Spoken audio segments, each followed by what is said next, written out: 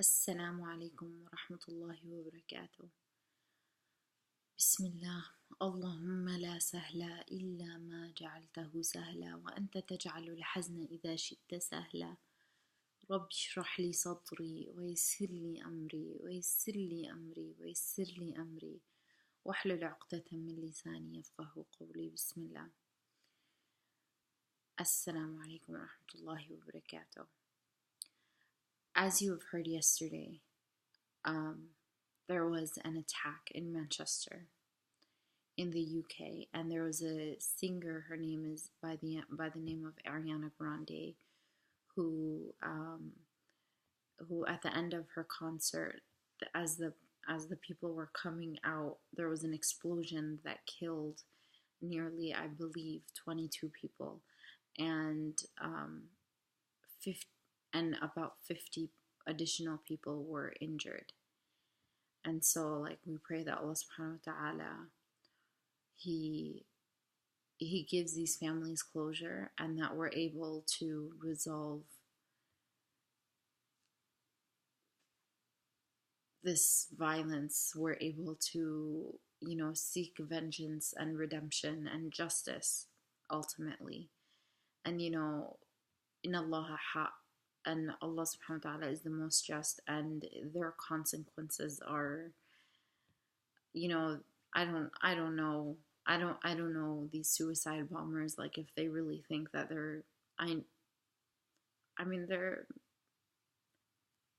it's hard for me to believe that they really think they're going to paradise, you know.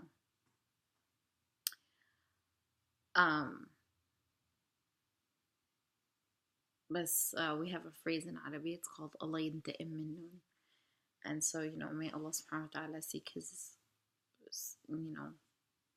basically it's may he seek his vengeance against them. But Allah subhanahu wa ta'ala, he doesn't need to seek vengeance. He is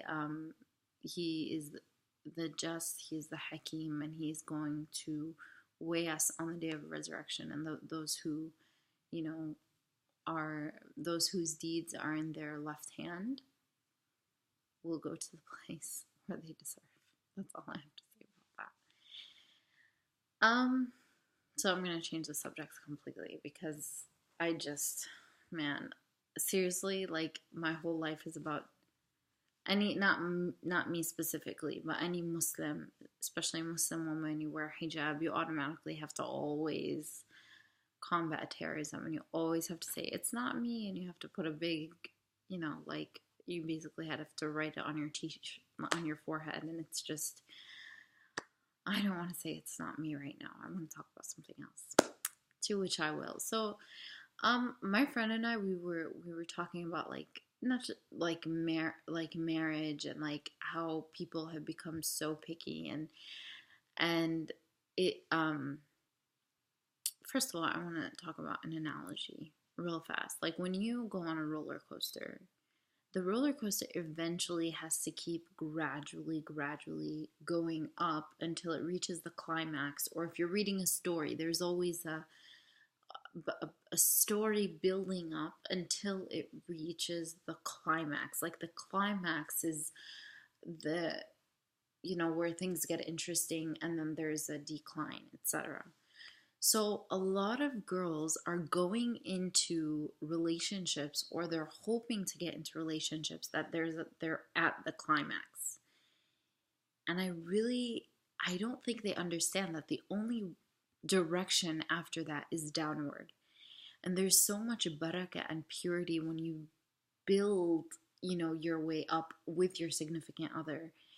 And that's how it's supposed to be. So, like, for example, just people are so picky, and they forget I think for me, like, watching, like, couples forum and stuff, I'm just like, when this guy was asking for so and so, like, what exactly did they want? Because, or like, guys that are asking for girls' hands in marriage, what are they looking for? Because honestly, it just seems like they want a beautiful girl. End of story. They want her to be very intelligent, or and it's just like there's no substance and there's no merit. And you know, when you're in a relationship, first of all, aside from all of that, this is all halal. I'm talking about courtship. I'm not talking about dating. I'm not saying dating is okay. It's not. It's not. It's not. I can't say it enough. Like for me and my husband, like there's nothing more.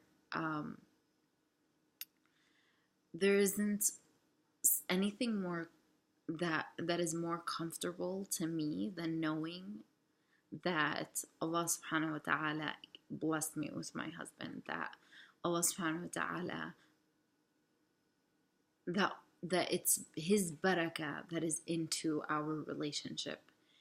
And you know, it's just, I feel like it's just such a, like, subhanallah, I feel like girls that settle, I think they're settling. If you are someone that is doing the right thing and you've always been noble, and then all of a sudden you meet a guy that actually does have a past, and you decide, you know, he's gonna change for me and blah blah blah, I think you're settling. But I do believe that these girls end up really in a very difficult situation, because they're always either jealous, they're always very paranoid, they're always wondering, like, what did this other person have that I didn't? And subhanallah, for me at least, I'm never worried about anything that's, you know, I'm always worried about myself, trying to compete with myself, trying to be better, as a as you know, as a mom, etc., and as a wife. But not, never paranoia or suspicion, because subhanallah, like, you know, and it's also because, like, you know, for me personally, like, if my husband was always a great guy before he married me, and I know that he was always on the right path before he even knew me, or he did it for the sake of Allah subhanahu wa ta'ala, and there's so much barakah in being married to a significant other that is righteous and noble, and that you know they're not gonna, I'm not even talking about, you know, guys and girls, I'm even talking about anything. Like, you have to be in the mindset of being before Allah subhanahu wa ta'ala and doing the right thing and responding appropriately to situations, and not being tempted to stray uh, on the wrong path. And yeah, I think in marriage it's appropriate to assume that you'd be talking about cheating and stuff like that. But not believe it or not, Islam is vital in so many different aspects. And it's kind of like, when you let go of your religion, when you let go of what makes you you, when you let go of what makes you strive to be better, it's detrimental in every aspect. And so it's not necessarily cheating. I mean, cheating is horrible, but there's so much other red flags. You have to make sure that your spouse is praying on time. You have to make sure that you and your spouse are engaging in, like, deep discussions. You have to make sure that you guys are always on the right on the right angle in regards to your deen.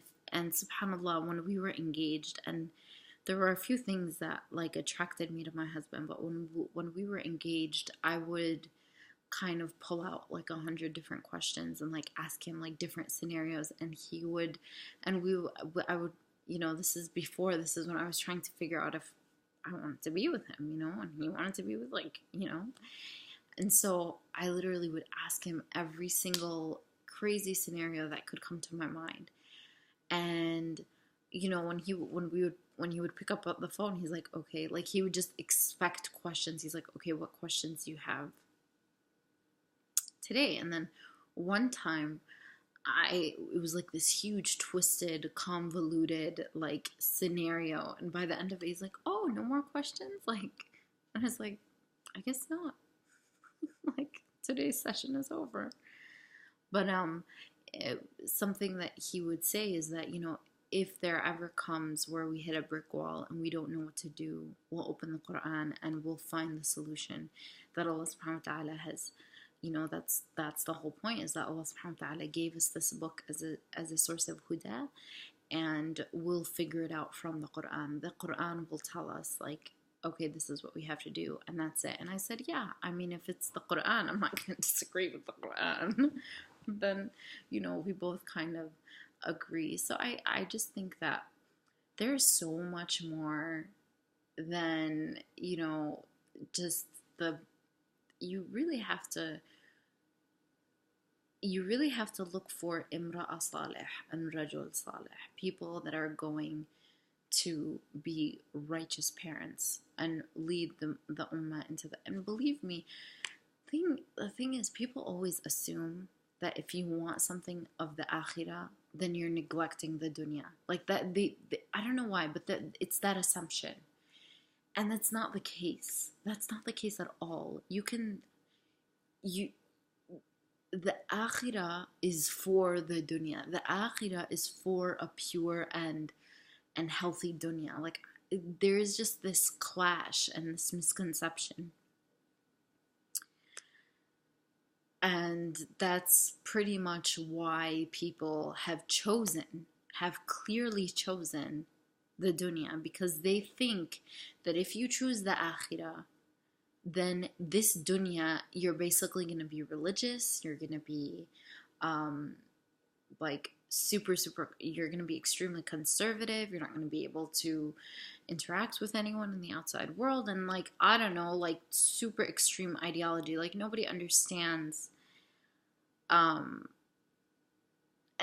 there's also another term that I see a lot, and it's a term of moderate Muslim and extreme Muslim, and all these different labels that they have for Muslims, because we're like the guinea pigs of society. And that's really not the scale that we work on. It's Muslim, muttaq, muhsin. And we should always strive a level up to be in our deen. We should always strive to be closer to Allah subhanahu wa ta'ala. We should always strive to be better believers. And you will never ever have to sacrifice a single part of the dunya. For example, in Islam, you're supposed to give charity. Speaking of which, make sure you give your sadaqah in the month of Ramadan, which is coming up soon. Ramadan Kareem. But really, if you give, Allah subhanahu wa ta'ala will multiply and quadruple your rizq. Or Allah subhanahu wa ta'ala is the razzaq. You think you are the razzaq. You think your husband is the razzaq. Or whoever is the source of income. But Allah subhanahu wa ta'ala is the razzaq. Allah subhanahu wa ta'ala is providing you with this wealth. And that's an example. Or like, they're not, the dunya and the akhirah are not perpendicular. They're not. You need to get that out of your head. The dunya and the akhirah are parallel. They go together. And they'll never clash. People think it's hard being Muslim. Like, they think it's really hard.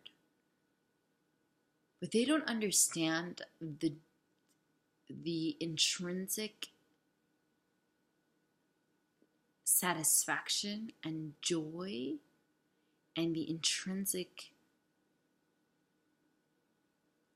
pleasure that we get from being just who we are. They don't understand the peace that we have in our hearts.